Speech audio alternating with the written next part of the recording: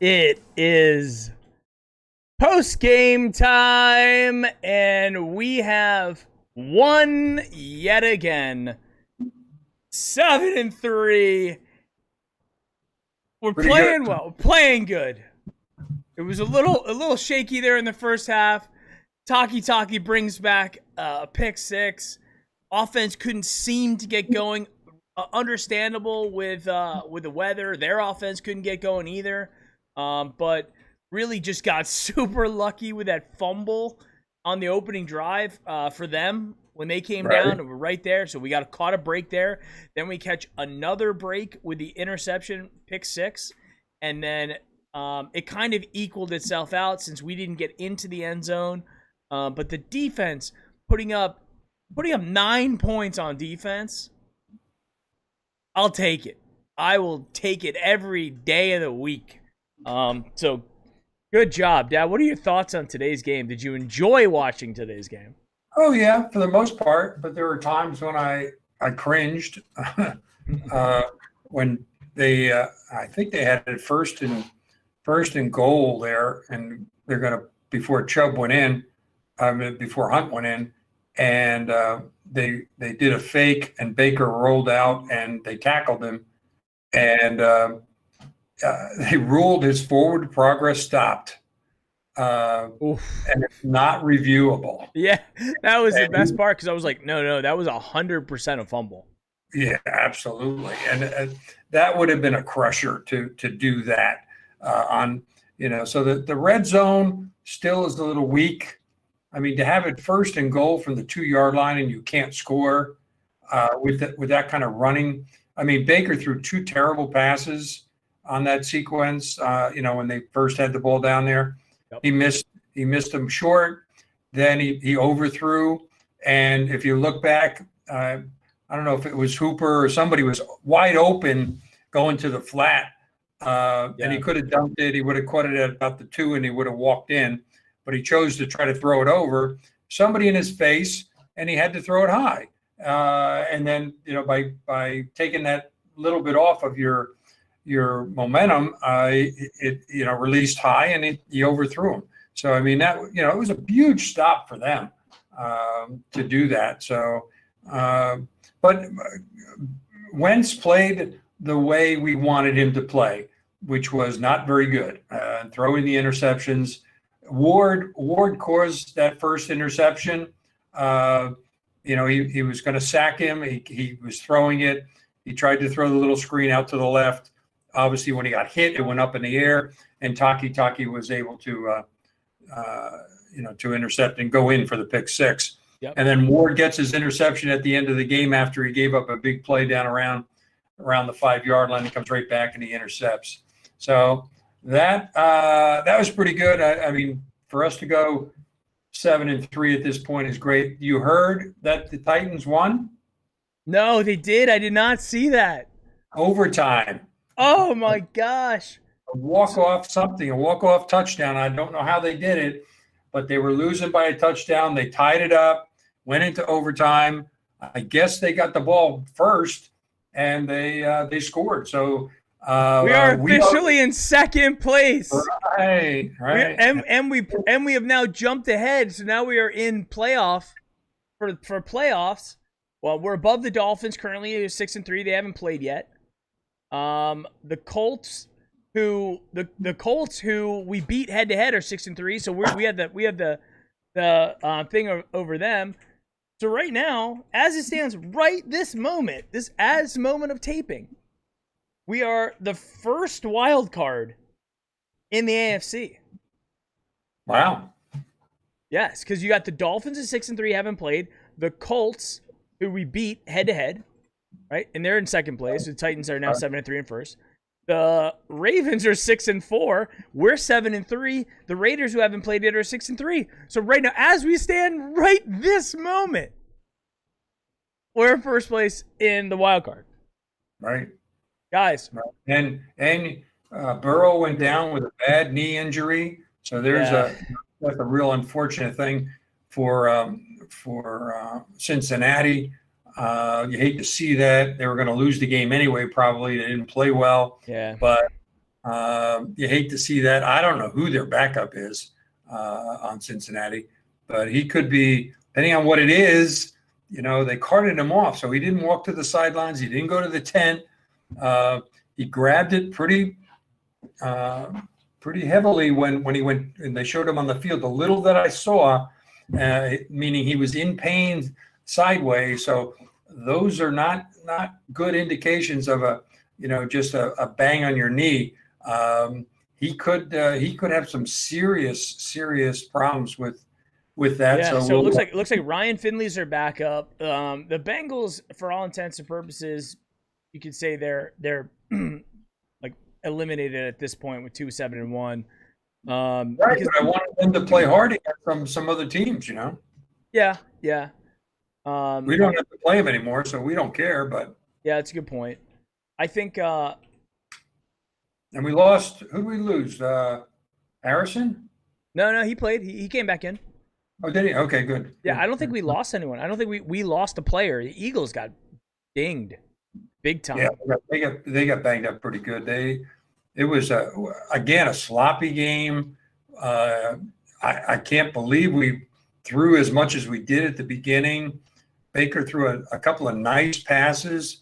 I texted you when he fumbled in the pocket. They stripped the ball. I said to you, they got to move him. They got to move him left, right, misdirection, do something. And they bit. And every time they bit, and if not, he had enough distance that he could throw it away or do this or do that. But he wasn't, he's not a sitting target, and not only that, but he can't see over the middle with those linemen. They put their hands up and they block stuff. So you got to move him around. And right after that, they moved him. He threw a nice pass. Then they moved him again, and that one little misdirection they gave to Landry when he came through the backfield, and they handed off to him. And then he made a move like he was going left, and then he went right, picked up the first down. Then he tried to lateral off to I think Chubb or Hunt on the side, and as he was going down, he made the lateral, but Chubb or Hunt couldn't stay in bounds. But it was still a nice pickup, 10, 12 yards. And that run by Chubb at the end, where that was a 50-plus run, I think. He wouldn't go down even at the end. I thought he was going to break another tackle and go into the end zone. The defense stepped up. The guys stepped up.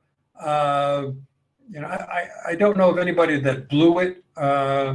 Terms of their assignments and whatnot, except for the touchdown that they got. That whoever let him go, I don't know if it's a tight end or a wide receiver, but I think one of our linebackers, let him go, and he was open 10 yards in the end zone. I mean, it was right after the fumble, and they're right back in the game. So that was a little bit disappointing, but.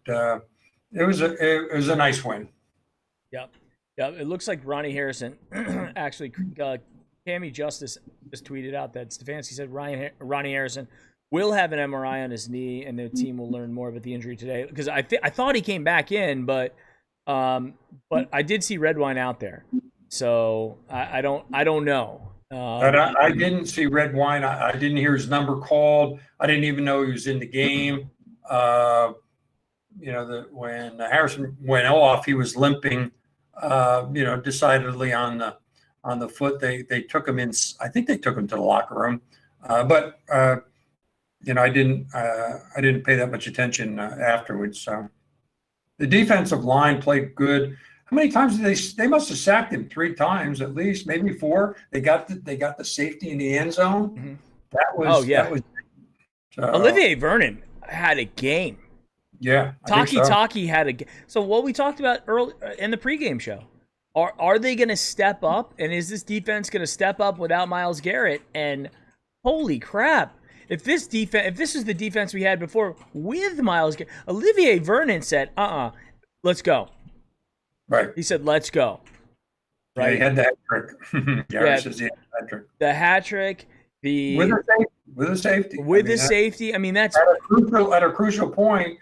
to get us up, Points. more than a field goal, put us up 5 points, and then we got the touchdown after that. We gave up a garbage touchdown at the end, which is okay. Good thing that the ball didn't bounce. Bryant made a nice recovery of the onside, but you never know until it's the final seconds are ticking off with no timeouts. It's anything can happen. You throw that Hail Mary up there like the Cardinals did a week ago, and you pull one out of your rear end. There's no way that the Philadelphia should have won that game, even on those circumstances, because we outplayed them. Baker outplayed Wentz, and it was clear that we had the better team, I think. Looking at the rest of the scores around, so the Steelers took care of the Jaguars. The Steelers are 10-0. The Jaguars are 1-9. We go to play the 1-9 Jaguars next week with an opportunity to be 8-3. Everybody who's in chat right now, give me a like. Everybody blast like right now on this video. Give it a little bit of love to bump up there. We can't take that game lightly. We earned it to get to the spot where we are. And we can't come up flat, against Jacksonville. Yeah, absolutely. We don't want to overlook that one because, we do have the Titans coming up after that. And the Titans, who are a very respectable 7-3, having just taken care of the Ravens, who are in a little bit of trouble, I would say, Mr. and Mrs. Baltimore Ravens fans. I want to look here. I'm going to look back at their schedule, and so after that's two losses in a row. Yeah, that the game where they lost last weekend, they lost 3 players. I don't know how key they were, but you can't lose 3 players like that. And hopefully we get Miles back and we don't lose any more to COVID or just the regular flu. Playing in cold, damp weather. The entire game today. I hope I get them in there, dry them off, and we're ready to go next week with not losing anybody. But we got the ground game worked. Baker made some nice throws when he had to. Didn't make any other than the fact that he couldn't get that first touchdown and the fact that he fumbled. Other than that, I think he played a great game. Yeah, absolutely. Baker, and I tweeted out, making fun of Colin Cowherd. Special quarterback 0, not special quarterback 1. So, because he was talking about how Baker I don't see anything special. Yeah, I don't see anything. And he's done enough. He's done enough once again. Whereas the Ravens right now, if I look at the last 4 games, they're 1-3. In their last 4 games. Now this is the meat of their schedule. It gets really tough. And oh, by the way, they got to play at the Steelers next week. But they lost to the Steelers, beat the Colts, lost to the Patriots, lost to the Titans, and now their season is on the line now against the Steelers in a lot of ways. Yeah, I mean, if we can win next week and they lose, we go up 2 on them and only have to play them once. They're heading in the wrong direction. We're heading in the right direction. We got them at home. I could live with them beating the Steelers too. I mean, that's fine with me. But we actually need the Steelers to beat them because at this point, are we going to overcome the 10-0 Steelers to win the division? Probably not, right? So if we really want that to happen, but I don't want them undefeated and we play them at the last game. It would be nice if we beat them and ruin their perfect season. But there's going to be enough pressure on that game as it is without them having the extra motivation. And that would be the only motivation. If they're 14-1 playing us or something similar, and they've locked up everything, including home field advantage. Yeah, they have nothing to play for, but we do, and that can make the difference. We got them at home. They don't really care about the game. They may not play Rosenberger even. They may just throw us a bone, although the competition out there would not like them to do that so that we walk away with a win against their backup quarterback. But I really don't want to see them go close to 16-0. They gotta lose, and I think the Ravens will be motivated. Do we know where that game is in Baltimore or Pittsburgh? It's in Pittsburgh. So they have to go to Pittsburgh on the 26th, right? So that's one thing to watch out for. As we're going, let's do this. Let's see if anybody had the score correct. I'm going to go through it to see if anybody gets a jersey. The final score again was 22-17 Browns. Did anybody have this? Nobody had 22-17. No, nobody had a 22. There was a couple people came close. Hambone probably. Hambone had 21-17. That's pretty close. And Hambone, by the way, just joined back up in the Patreon, so he's back in the mix. Mario G had 17-14. Adrenal had 28-17. Jim Mullet had 30-17. Kid Wilson 24-17. A lot of people got the number right for the Eagles. What did I have? What did I have, Mike? 21? Gary Washington had 20-17. Oh, PMEcast or PEMcast had 23-17. You had 20-10. I had 20-10. Okay. We had so many people that were 1 point off of the jersey. About that garbage touchdown.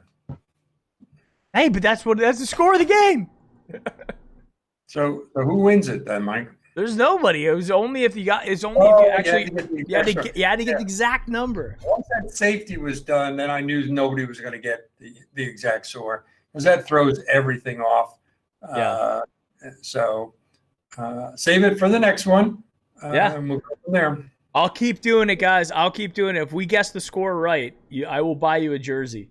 But this is also really good news because we can do the Victory Monday T-shirt from Homage, and and on the Wednesday show we can do the Victory Monday mug on the Wednesday show. So yes, giveaways galore to the Brown fans. We can only do this because of our great sponsors: Homage, Sabo Apparel, Schlegel Law Firm, William Ali. So we get the Homage going on. By the way, but if anybody doesn't have this shirt, you got to get this shirt. It's the best shirt that Homage has. Canada, Cleveland, Mexico. This is the classic Homage. You get the little H on your shirt. So that's my public service announcement for Homage. But then you get these cool hats and stuff from Sabos too. They also have the awesome. By the way, I tweeted this out. We had the best punter in the league. That punt, right? That he pinned them down on the 2-yard line. That led to the safety. Yeah, right. Absolutely. They not that they gave up, but you're losing the game. You need to score. You need to get off your own end, and they do 2 running plays up the middle. Yep. And then they have to do the pass. The guys know that. They come all out and they sack them. And we didn't. We got the 2 points, but I don't think we scored on the. They punted to us. We got the ball near the 50, and we couldn't do anything with it. We 3 and out or 4 and out. Never got into field goal range on that possession. Kicked it to them. They didn't go anywhere. Kicked it back to us, and then we got the field goal to go up by 5. So things worked out in our favor. We didn't catch every break, but we caught a lot of breaks, including the Baker fumble. The Baker fumble could have been the difference in that game. Well, yeah, because Hunt goes around the end and literally jumps into the end zone. Yeah, for the score.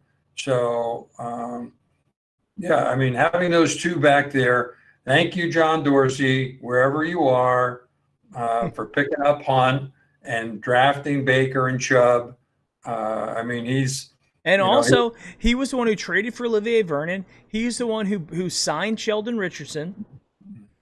Right? These are guys. This is a Franken Browns. yeah, he's got to be Barry sitting and the there. Dorsey. I don't know where he is or what he's doing, but he's got to be sitting there with a big grin on his face, saying, "Hey, Brownies, don't take all the credit, because if it wasn't for me, you wouldn't be in this particular situation." So I hope he lands somewhere and starts doing the same thing for somebody else, because clearly he's got talent. He knows what he's doing, and he should be back in football.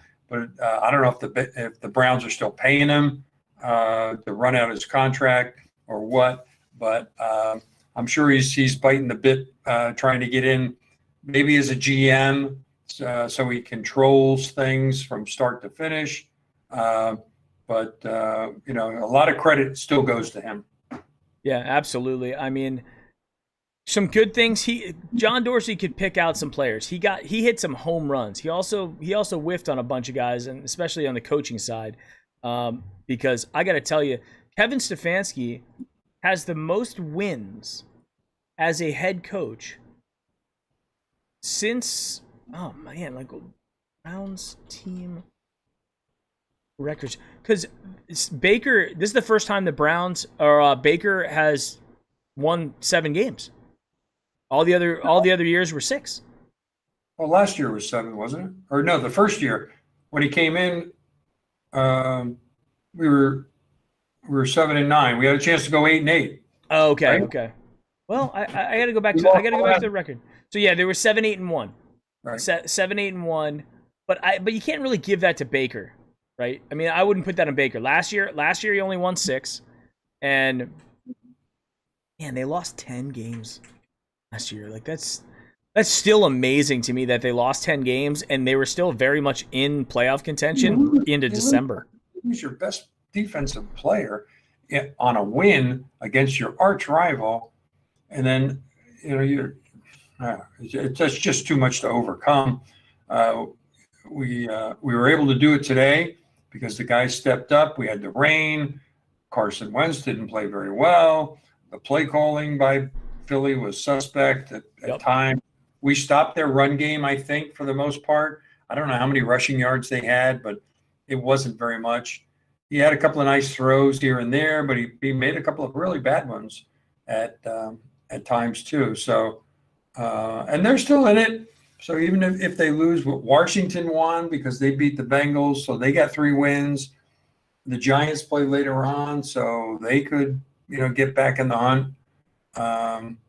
So it's still a long way to go, long season, but at least we get out of that horrible Cleveland weather and go to Jacksonville, and let's hope it's somewhat like it is here in Southern Florida, that it's halfway decent. It can't be.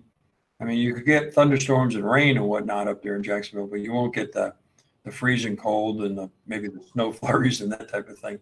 They'll be so thankful to get on a plane and go to Florida. Yeah, I'm looking at the old team records. So this is going to be if we win 10 games this year, which I know, I don't want to put a cart ahead of the horse here as we're playing every game 1-0. Let's be 1-0 every game. But if we were, let's play a little hypothetical. We've only gotten above 10 wins or double-digit wins since we've been back in the NFL since '99 one time, which was in 2007 with Romeo Crennel, and it took Romeo 3 years. His first year he was 6-10, second year he was 4-12, third year 10-6. Looking good, looking like we're gonna take over and be great, and goes back down to 4-12. But I feel like that team was a bit of I'd say house of cards, but they didn't build it for a long-term winner. Who was the quarterback then? The 10-6 team was Derek Anderson. Oh yeah, that goes way back. That goes way back. Yeah, Derek Anderson. And then he lit it up. I mean, I don't know how many touchdowns he threw that year, but when he started off against Cincinnati and it was like 51-48, we were off and running.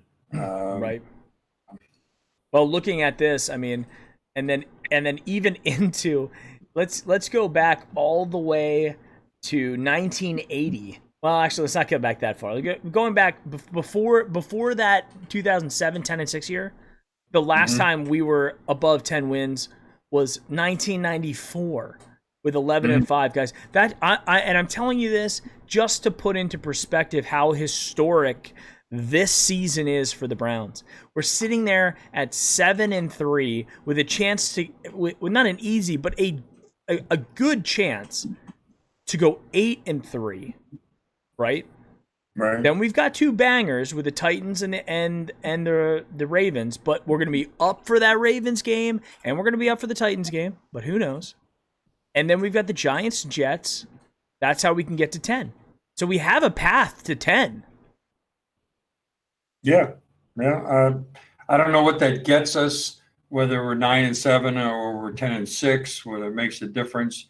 Like you said, we're in the playoff hunt for the wild card. I'd be rooting for us playing against Miami, and we could go to that game. That would be great. If depending on how many fans they let in the stadium, that would be great if that was a playoff game in Florida. But oh yeah, 100%, we would go to that game. Looking at, it's also going to be interesting.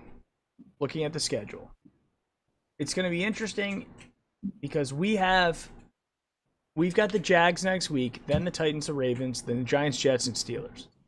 I was glad we won today, and the reason why is because it gives us that path between the Jags, the Giants, and the Jets.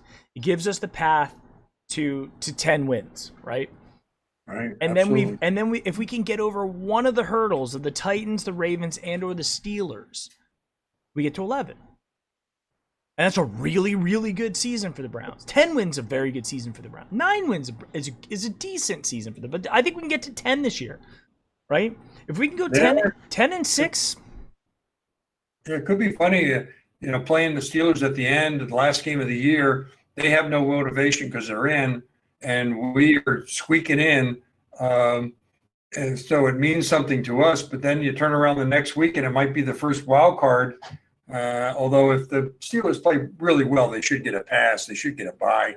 I don't know how the playoff picture is set up with this additional team going in. Does everybody play the first week, regardless of what your record is? Nobody gets a pass? No, I think only one team gets a bye, and it's the top team. Yeah, that could be the Steelers. Well, the Chiefs have a chance to go 9-1 today. Right. Mm-hmm. So if the Chiefs only have one loss and the Steelers have no losses going into that final game, then the Chiefs are going to obviously be playing tough because they want to get it, and then the Steelers are going to want home field advantage and the bye, so they're going to want to play tough that last game as well. And then depending upon what happens for us, but I can tell you, and looking, I was talking to Lindsay about this during the game. I'm like, man, there are moments when we play amazing, but then there's also moments that we just like scratch your head and you're like, what's going on here? Like, where's that consistency? And I think that, we played a 3-5-1 team today. We made them 3-6-1. Okay, so again, good teams beat bad teams, and we're not in that top elite by any means. Don't kid ourselves. We're not, on the level with the Steelers and the Ravens and the Saints maybe, and even Tampa with Brady. I think the Patriots lost today. I had them in my pick'em, but they didn't show up and play 2 weeks in a row. So I mean, there's a lot of teams out there that are inconsistent, and we still need to fill a couple of key spots on defense. The offense is, great if we can add more talent to it and depth. But the defense, another team would have scored a lot more points today on our defense other than potentially, Eagles. So that's the part through free agency and trades and whatever and draft next year. Dorsey would be working on that now if that was the case. There hasn't been any fire sales of players from other teams that are out of it at this point. Yep. So that's not to say that can't happen, that somebody wants to give up one of their high-profile, high-paying individuals, and it fits our needs. I would hope we would try to do that so that we can not so much to finish the year, but to have them for next year, so that we make the step up into or real close to that elite category where everybody's got to take us seriously. They can't walk over us. We can beat anybody in the league because our defense has gotten better. Yeah, and that I think is something we have to earn. We've been the laughing stock of the league for so long, and rightfully so. It doesn't take a brain surgeon to sit there. I know we're very invested in the Browns, but most of these guys are just looking at the final standings and going, "You're bad." You win 6 games, you win 5 games, you win 4. You're a bad team, and that's just the reality of it. And so, in order for us to be actually respected in this league, we have to earn it, and you earn it by winning. And you earn it by winning the games that you're supposed to win. And I think that's the amazing thing this season is we've taken care of business when we had to. The football team, we beat them. The Cowboys, we beat them. The Bengals, we beat them twice. The Texans, the Eagles. These are games where we'd give one back, or maybe 2 back. Yeah, right. Definitely. And this year we're going, no. Yeah, it's a different team. Even though a lot of the players are the same from last year and the terrible finish that we had, but when you revamp your entire coaching staff and bring in a guy, even though he's not a proven winner from the standpoint of a coach, it's his first opportunity. Yeah. Here he comes out of the box, and he's got 7 wins under his belt. When everybody thought, well, gee, you got a lot of talent. You got OBJ and you got Landry and Chubb and Hunt and everything. But you still got to make it work. And you got to call the plays, and you got to, Max Nicolano said Njoku doesn't do too much, I noticed. And he whiffed on a block. And I can't remember. I'd have to go back and I can look at the tape because I got it taped. But later in the second half, he whiffed on a block that led to Baker having to get rid of. Oh, I think it was on that play where they were going to run a screen out to Chubb or Hunt on the right side, and they go back. Baker, is getting ready to make it, and he can feel the pressure, and he starts to get hit because Njoku whiffed on his block. Yeah. And he forced him to throw it, and he threw it backwards. And again, I can't remember if it was Chubb or Hunt. He realized it was a backwards pass, and he jumped on it as opposed to just letting it go. Yeah. Which could have been a big turnover. Well, it ended up being that third and 15. Which ended up a result. Instead of us threatening for a field goal or threatening to put more points up, we had to give it back to them. But our defense, I got to hand it to them. We gave up 17 points, but the last 3 games, 16, 7, and 17. And that last touchdown was really a garbage touchdown. But still, regardless, that's what I'm okay with that. I'm very, very okay with what our defense is showing us today. I want to give some big credit out to this couple guys right now. Taki had the best game of his career. Right. Mac Wilson almost had an interception, and really, other than kind of one long pass that he gave up to one of their tight ends, which the tight end made a great play on it. Mac Wilson was out there getting involved. He snapped that guy when at the end of the game when Denzel Ward was trying to tackle him, and then Mac Wilson just came up and just nailed him. Sheldon Richardson got to Wentz a bunch of times. Olivier Vernon got to him a bunch of times. Denzel Ward with a big pick. I think in the second half. I don't know so much about the first half, but the second half, I noticed that they're only rushing 4. They didn't blitz. They didn't come with 5 or 6 on any play that I can remember. But yet they were able to keep putting pressure. I was saying to your mother as we were watching the game, I said, Wentz is sort of doing what Baker was doing. He's holding on to the ball too long. Yeah. They're running plays instead of, typically we would get crushed with those little 5-yard dinks over the middle, and the guy runs for another 10 yards and gets the first down, open by a mile. But they didn't do that. He stayed in the pocket. He didn't drop it off. And as the longer he stood there, the more the guys, they really bull rushed. I mean, several of the guys just really bull rushed. There was a couple where they got held and the refs didn't call it. But luckily they finally got to him anyway and they sacked him. But a lot of credit goes to that defensive line. They played really well. Yeah, absolutely. And I mean, Nick Chubb and Kareem Hunt, as I was telling my wife, she was like, we really haven't gotten the running game going early on in this game. And I was like, that's okay though, because I think at the end of the game, these guys are closers and they're going to be tired they're going to be wet, cold, and tired at the end of the game. And that's when you saw the fact that you can have Nick Chubb bust off a long run and then they can't catch their breath because then they have to have Kareem Hunt right behind it. Right. I mean, and that 1-2 punch is just so lethal. Yeah, and they are good. I mean, it's not like they're sort of average or whatever. I mean, these two guys are starting running backs at the top. If Chubb hadn't missed those games, he probably would be well on his way to 1,000 yards.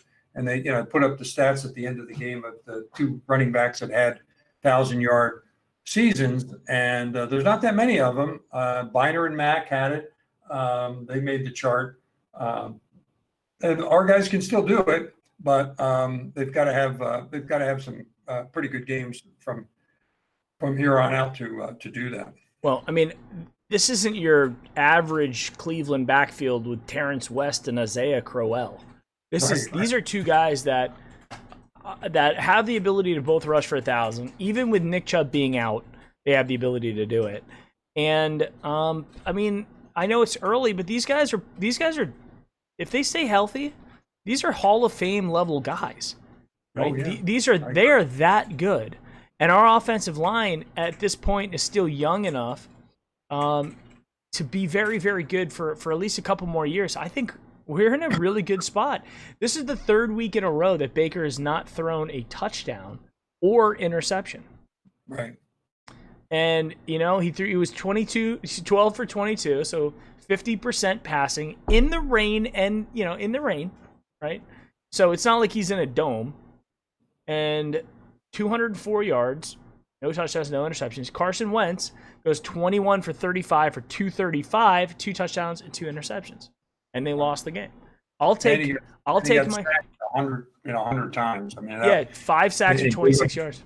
Yeah, and gave up the safety. He shouldn't have done that either. So, Baker clearly outplayed him, but still, it was the defense, the offensive line, Chubb and Hunt, and Baker contributed when he had to. He did. He controlled the game. He didn't make major mistakes. The one fumble he had was a strip. Because one of the linemen got in there and just whacked his arm really hard, and he lost it. And he almost fumbled that one on near the goal line there. Yeah. But the refs did us a favor. I was hoping that interception was going to hold up. They showed it hitting the ground, I guess, through somebody's legs or whatever, and they got the field goal. Which sort of tightened the game up at that point. But that would have been nice if we had stopped that and we had gotten that interception. But absolutely was playing well. American Saxon, Mike, do you think the Chiefs are kicking themselves for letting Hunt go after that Mario Brothers jump into the end zone? I think the Chiefs. But the Chiefs were kind of put in a spot where they had to make a decision. This is coming right off of the Ray Rice stuff, and they were like, we're too good. They're kicking themselves, yes, but they also won a Super Bowl. So there's that. But if you look at it, Kareem Hunt had to sit. He had to really prove. I mean, there was risk there. It wasn't like we just got him and he got to play. He had to sit there for a while. He got in trouble too. He got caught with weed in the car. And so we were, scratching our heads saying, all right, this guy is not exactly an angel. I mean, he's got, a past and a present. But ever since he got in trouble and ever since he's like found a home with his buddy Chubb, and the Browns are winning, and he's playing as key a role as anybody on the team. I think he enjoys what he's doing now, and hopefully he'll keep his nose clean. Yeah. I mean, I'm looking at the numbers still. Nick Chubb, 20 carries for 114, 54-yard breakaway. He still got a ton of big runs this year. Kareem Hunt, 13 carries for 11 yards and 1 touchdown. Kareem Hunt today was pretty much just like the workhorse type of back where they were just slamming him right up the middle. I was surprised that we kept going up the middle because it did seem like, Fletcher Cox had that thing stuffed. And then when Fletcher Cox left, the very first play, we ran right up the middle and Nick Chubb ran for like 11 yards, something like that. I think that was the one where Nick Chubb hurdled the other guy. Yeah, them losing their center for a couple of plays or before the first half, he was able to come back, but he clearly had hurt his arm. Yeah. So that set him back a little bit. That gave us some more push up the middle. They took a beating today, and I don't know who the Eagles play next on the schedule, but it's not going to be a fun ride home. That would have, really solidified their position had they beat us today. But they're still in the hunt. See what the Cowboys do later on. See if that's a game and whether they can get themselves back into things so that the end games at the end of the year mean something. But yeah, early on, as Max says in the chat there, they took the running game away from us. Yeah. They stuffed it. We tried to go the outside. They stuffed that too. And the key was, I think, on the second possession where when we picked up the fumble, because we got the ball first, we didn't do anything. They got it. They didn't do anything.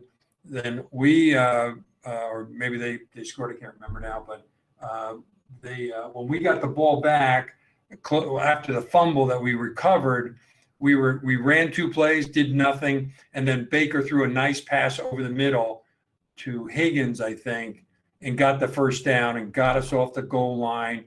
And then that led to the drive going all the way down, which we screwed up at the end. We couldn't score from the 5-yard line. I mean, we should have taken the points. Get 3 points get something out of your drive. Don't come up empty. I hate when teams do that.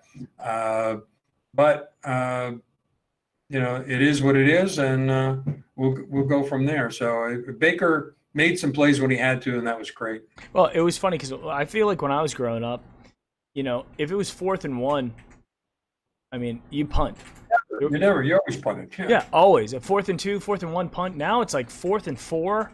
If it's in the middle of the field, the analytics are showing go for it because you could get it, or worst case you're 2 first downs away from from them getting back there anyway if you punt.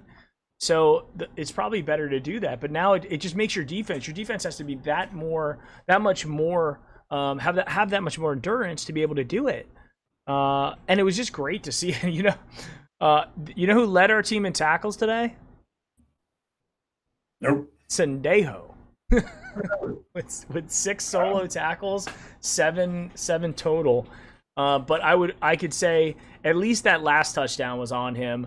Not like it really mattered, but it was. I mean, he was out of position there and caught, looking around like, I don't know.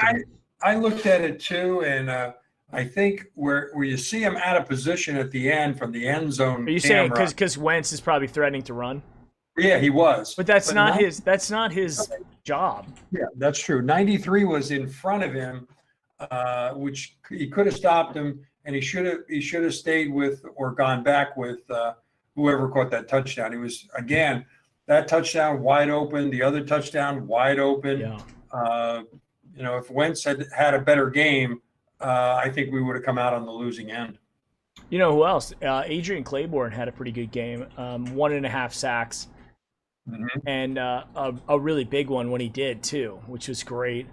But we won the turnover game with a fumble and 2 interceptions versus Right. versus our one fumble. That I don't know if you can really like blame that on Baker. Cox made a great play Right. and it knocked it out of his hands. It's cold and wet, and things are going to happen. Well, we got one of those as well. We just couldn't turn it into points on that drive. They were Right. able to do it, unfortunately, and that's when it became a game. That's when it was like seven. I think it was 7-7 at that point, or maybe 7-7 at that point, and then we kicked a field goal, and then we got that safety. But Yeah, it was demoralizing when you're winning and winning and winning, even though it's 7-0, 7-0. You're controlling the game, Mhm. you're stopping them 3-and-out, blah blah. Then you make a fumble and one play, and the game is tied up. You sit there and you say, how does that happen? How, Yeah. how does that happen? But it happens, I guess, in the NFL more often than not because one, they're good, and they take advantage. And maybe the defense wasn't ready to go out on the field in that circumstance, but it was just too easy. And then you start worrying: are they coming back now? And they got to make another touchdown real easy. But it worked out for us. Yeah. Yeah, looking at some other kind of interesting stats out there. Kadero Hodge had a pretty decent game. There's 3 catches for 73 yards, including a 42-yarder, and then Rashard Higgins with that big 43-yard catch. Those were great. Landry had 2 or 3 nice catches. Yeah, Landry had Especially those. He was only targeted twice, and he caught both of them, so that's right. good. And I think that the nice thing that we're starting to see here is the evolution of the Browns. Whereas before it was like if we don't get Jarvis the ball, we're probably not going to win because he's kind of all the talent we had. Then we bring in Nick Chubb and Kareem Hunt, and now it's like, hey, this is going to be a running team, right? We are running the ball, and I think the one thing that has been talked about and was noticed is, we don't have Odell Beckham out there. We don't have a guy that. Not to say that we're saying we have to force it to him because he's not going to be happy if we don't. It's more about like you have that weapon. It's like if you have Nick Chubb and you're just like, well, I don't want to use it. You want to use the weapons you have. So, Sure. But now we're just like, hey, we don't have that weapon anymore. So I guess what are we going to do? We're going to run the hell out of the ball with Kareem Hunt and Nick Chubb. And I think that's it. That's really good. So Kareem Hunt also had 1 catch as well. Austin Hooper with 3 catches. But man, I mean, I don't know if I'd say that this was a complete all-around perfect game because I think the first quarter was a little bit iffy with not having Kareem Hunt score, and then getting lucky with that fumble there in the beginning of the on their first drive. Right. But a smart game. Can we just everybody in chat for 1 second?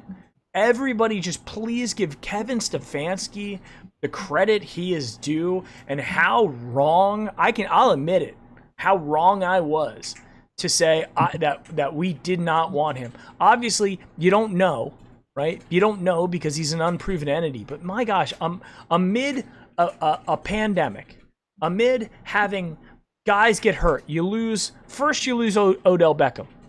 No, I'm sorry. First you lose Nick Chubb. Then you lose Odell Beckham. Then you lose Myles Garrett. And all we're doing is winning.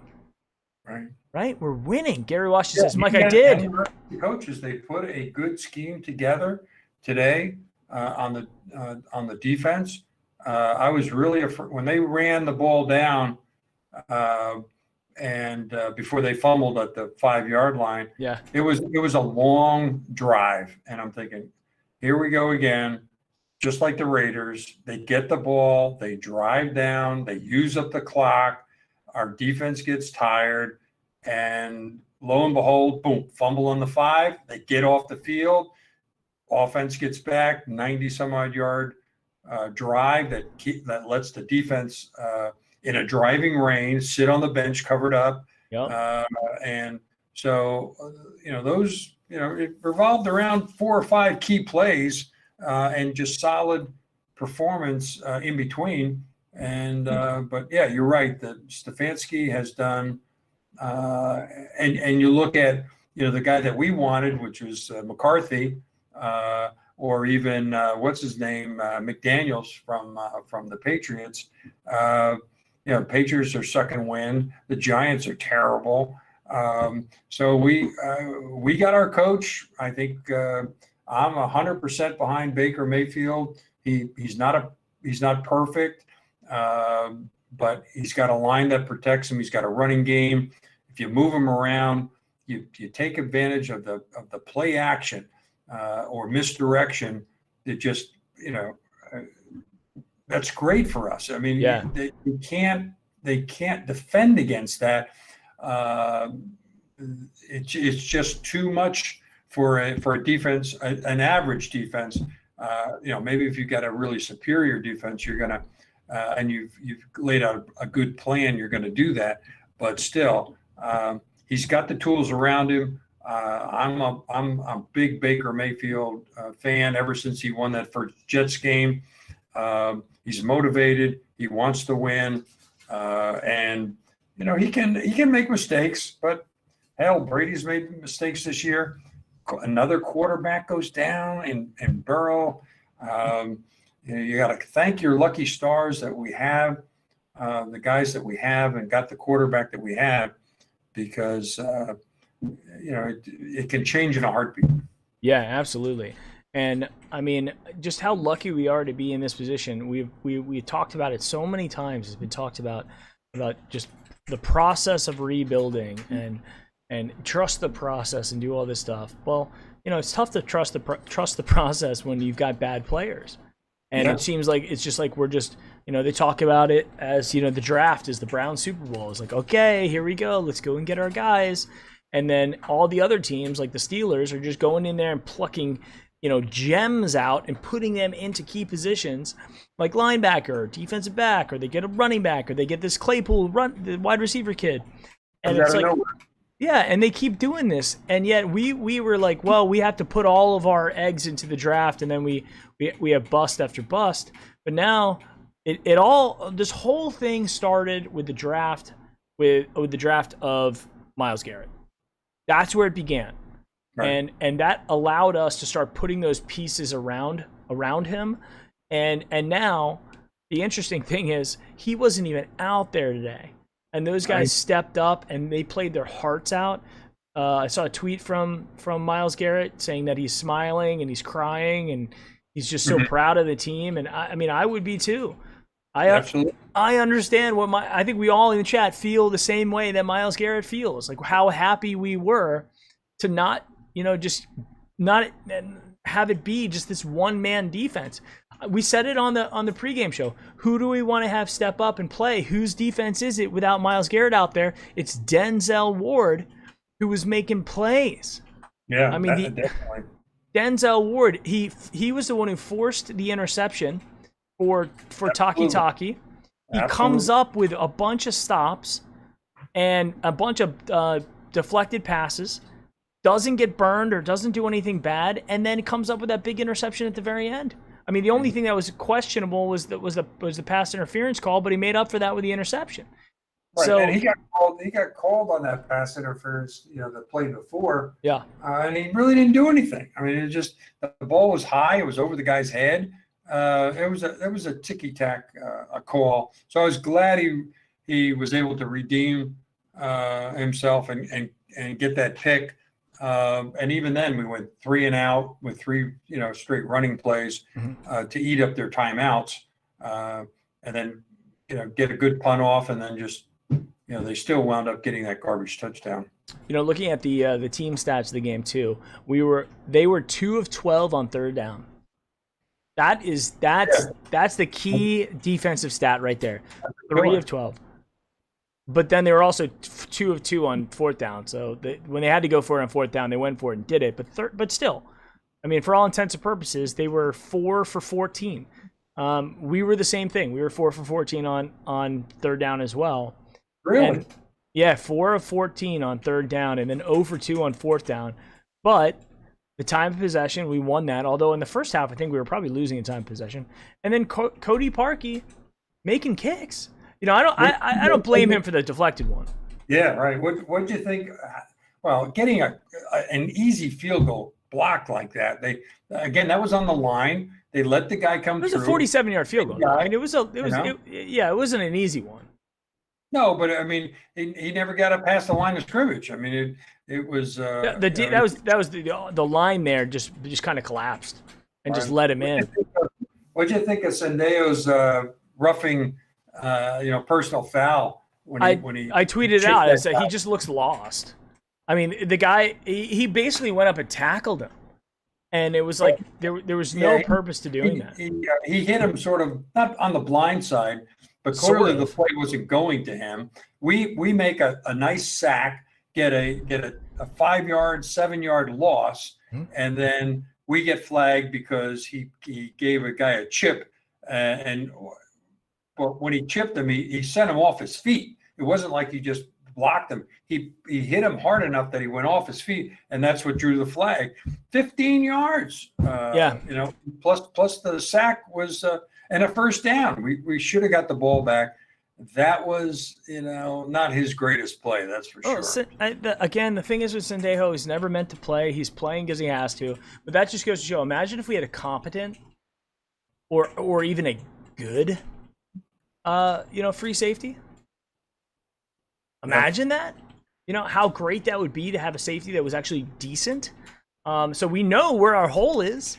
We absolutely know if Grant Delpit comes back and can be decent, great. If we go out and we get one in the draft or free agency, we know what position we have to fill, right? So I think we're really good on offense. The wide receivers are good, the running backs are good, the offensive line's good, the quarterback's fine.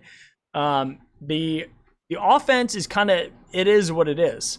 The defense has been playing better, but there's some glaring holes that I think the challenge is. Do I think we make the playoffs? Probably, but how far do we get? I mean, you saw what happened against the Ravens. You saw what happens against the Raiders, and you saw what happened against the Steelers. We can either get annihilated by good teams or just not make it because the defense can't do it. But we're going to see coming up against the Titans, the Ravens at home, and the Steelers at home, really what we're made out of going into the playoffs. And if we can get through them, because the Titans actually look pretty good. I think they just fell asleep against the Bengals, looking ahead. And I hope that we don't do that going into a 1-9 Jags team with not even Minshew at quarterback. Who's even their quarterback now? Good question. Probably should look them up on the Jake Luton. Yeah, so I mean, we're going to tee off on him. He threw 4 interceptions today. Oh, wow. He was no touchdowns, 4 interceptions, 16 of 36. I mean, holy crap, guys. I wonder how bad is Minshew hurt? Is he a possibility to come back? But still, he's going to be rusty. Hasn't played several games. But we hopefully we don't get ahead of ourselves. Well, the good thing is I don't think their defense is very good either. So I don't think you can stop. At this point, we have a recipe, and you have to be able to stop Kareem Hunt and Nick Chubb. Right. You have to. To beat the Browns, you have to beat those two guys. You don't have to beat Baker Mayfield anymore, because right now Baker Mayfield's not throwing touchdowns, but he's also not throwing interceptions. So it is what it is. Good time. They have little to play for next week. Yeah, in fact, they probably don't want to win because they have a chance to. Right now, they have a chance to Justin Fields or Trevor Lawrence. Yeah, absolutely, that's true. And that's a pretty big upgrade over Sam Darnold for the Jets and Gardner Minshew from the Jags. Although I don't think Minshew or Darnold can't play, but the upside of those two guys could be like gems. So they don't necessarily want to win any games. They want to be in the driver's seat to pick whoever the heck they want. Both of them could really use them. Their running back for Jaguars isn't bad. I want to give a couple shout outs to some guys in the chat. Cleveland BCI, B Skrills, S Zupan, Gary Washington, Max Nikolenko, Isaiah Garcina, talking grub and media.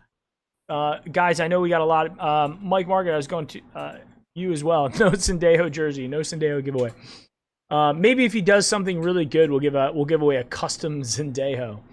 Right. But no, guys, I want to say thanks again for everybody showing up. Let's go ahead and do the homage T-shirt time, guys. Let's go 1 to 100. 100 now for homage.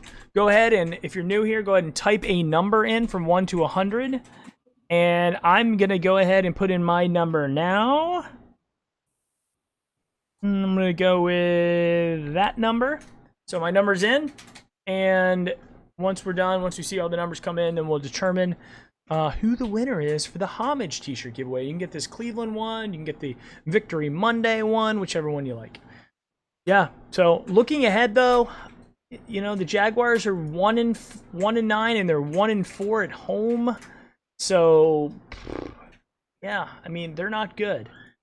They're really not. Their only win, surprisingly, only win of the season was the first game against the Colts.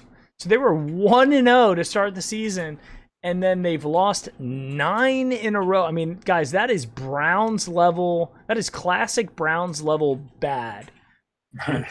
Can you imagine if we're the Browns and we win?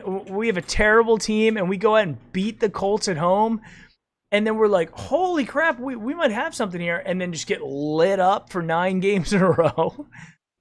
That's pretty much it, including losing to teams like the Bengals, the Texans, the Lions, Chargers. Some bad teams in the mix there, but they've hit 100 losses under their current owner. So unfortunately, the Jags are not going to be good for probably quite a while, but we'll see. So yeah, so that gives us a chance to get 8 wins. And you know what? Kevin Stefanski said it. Basically, the NFL is designed so everybody has a chance to win 8 games. You should be a 50-50 team.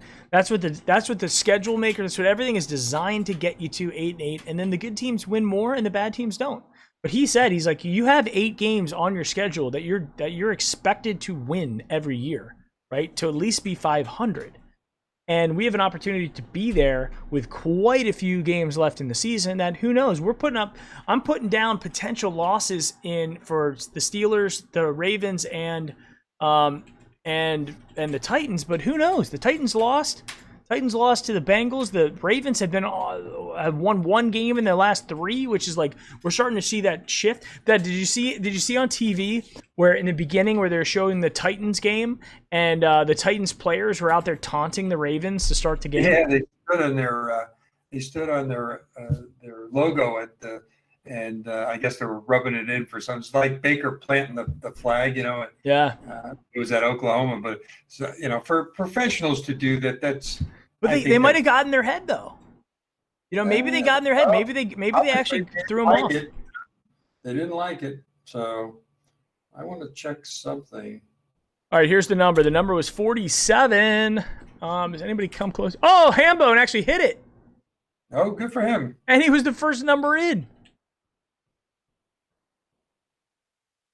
Bingo! Hambone with the victory, and new Hambone hit it. Boom. Hambo wins the homage t-shirt on the nose. No overtime this week, guys. Bingo.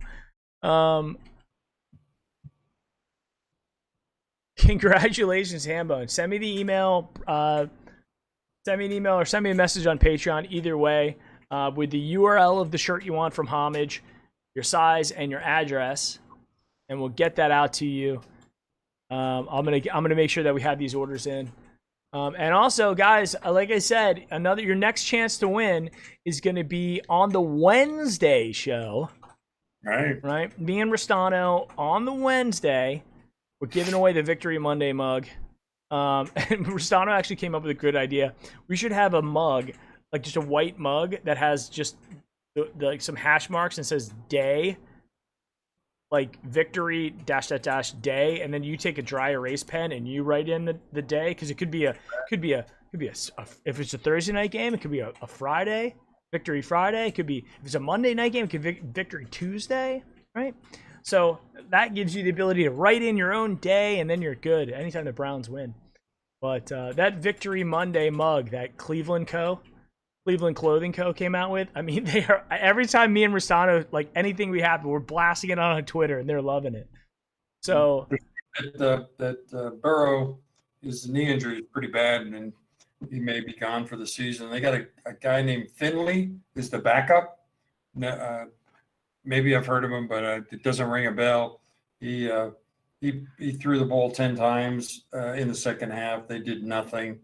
I was counting on them beating Washington, but obviously when you lose your quarterback like that, they were in the game until he threw until he got hurt. I think he threw an interception down the sidelines too. Oh. When he got, he got rid of it. He was fine. Mm-hmm. It's just that somebody rolled into him. At the end, there was no roughing the passer. Obviously, they rolled up on him and hit his leg, whether it was his own guy or whether it was a defender, I don't know. But clearly, when they showed him, he was grabbing his knee. Yeah, they had to cart him off. Probably, yeah. So. Yeah, and that's unfortunate. And it's unfortunate for the Bengals. It's like you finally get a guy, you finally got something that, that you can really believe in, that you think that there's that potential future guy, and then he blows out his knee, and who knows what the future that could possibly be. I mean, but that just goes to show, they don't have any offensive line there in Cincinnati. Right. You could have all the talent in the world, but if you don't have a good offensive line, then you're kind of in trouble.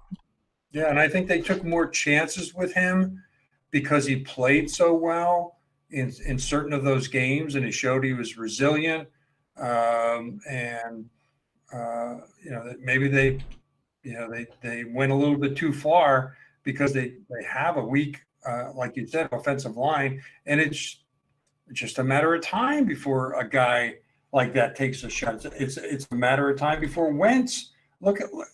Our defensive line is average without Miles in there, and look how much pressure they put on them. The offensive line of the Eagles must be terrible because he's taking a beating.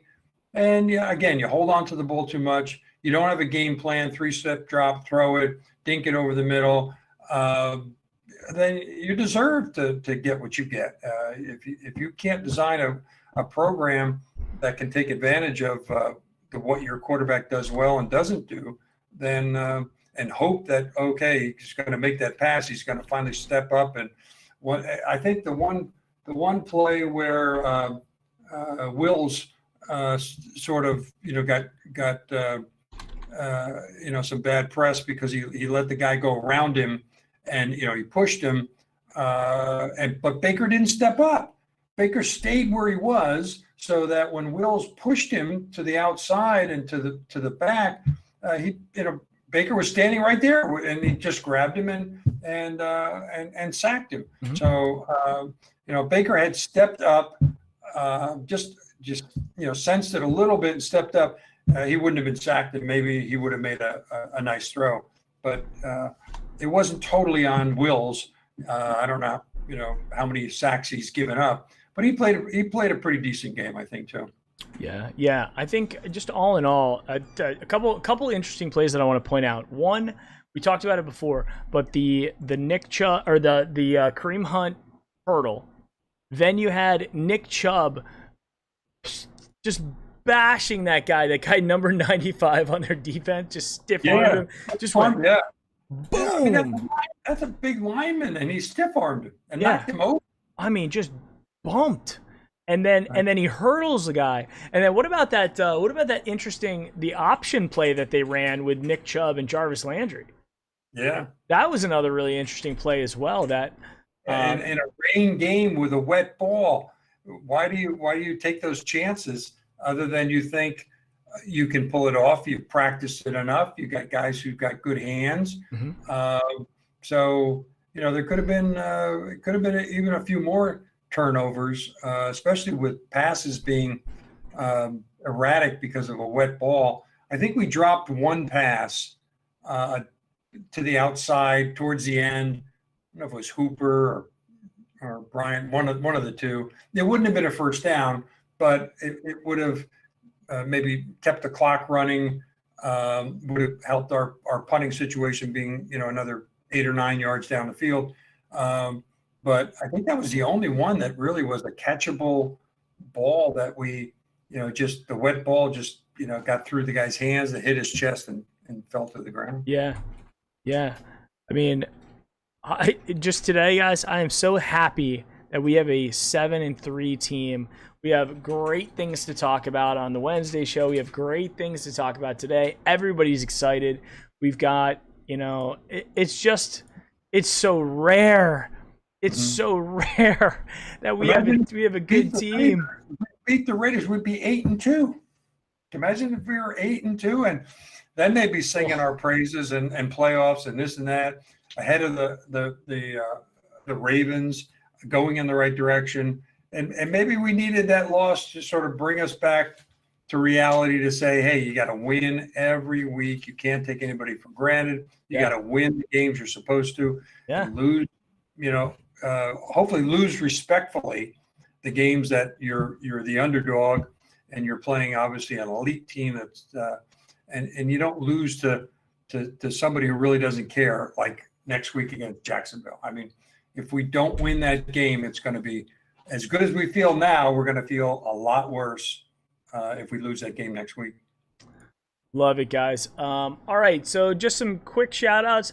Join the Patreon if you haven't. If you got $1 and you enjoy the show, it allows us to give more stuff away. We love doing that. It supports us.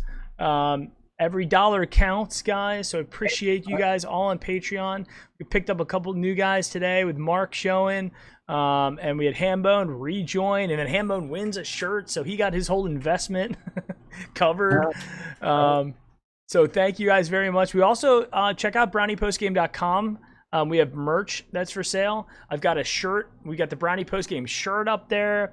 We've got the Drake jersey, the shirt that OBJ wore in the Drake video is up there. Blocked by Tony Grossi, blocked by Mary Kay is on there. We got a Victory Monday mug. There's probably gonna be some others. We got a bunch of stuff on the browniepostgame.com. So check it. You can support us there by just buying some merch. And then please, our sponsors. So you got William Ali, you got Schlegel Law Firm, you've got Sabo Apparel, Homage. Guys, definitely check them out. And then if you're into gaming and you like Warzone highlights and stuff like that, check me out on Twitch at InClanGG on Twitch and InClanGG here on YouTube for the VODs. Putting together some cool videos in between doing things on hype videos. I got to do something with my video skills. So I happen to be making highlight videos out of my video game play. So it's another thing that I really like doing. So if you're into that, you might enjoy it. Yeah, guys, I gotta say I'm happy. 7-3. I think that we said it all. Getting the mug out for tomorrow morning. Coffee at 6. Coffee at 6. Tweet it out, Dad. I will retweet you. Everybody out there, before you go, please hit that like button on your way out, just to give us a little bit extra YouTube juice. And yeah, we'll see you guys. We'll see you guys at 7 p.m. on Wednesday. Me and Mike Ristano for the Wednesday show. And go Browns. Go Brownies.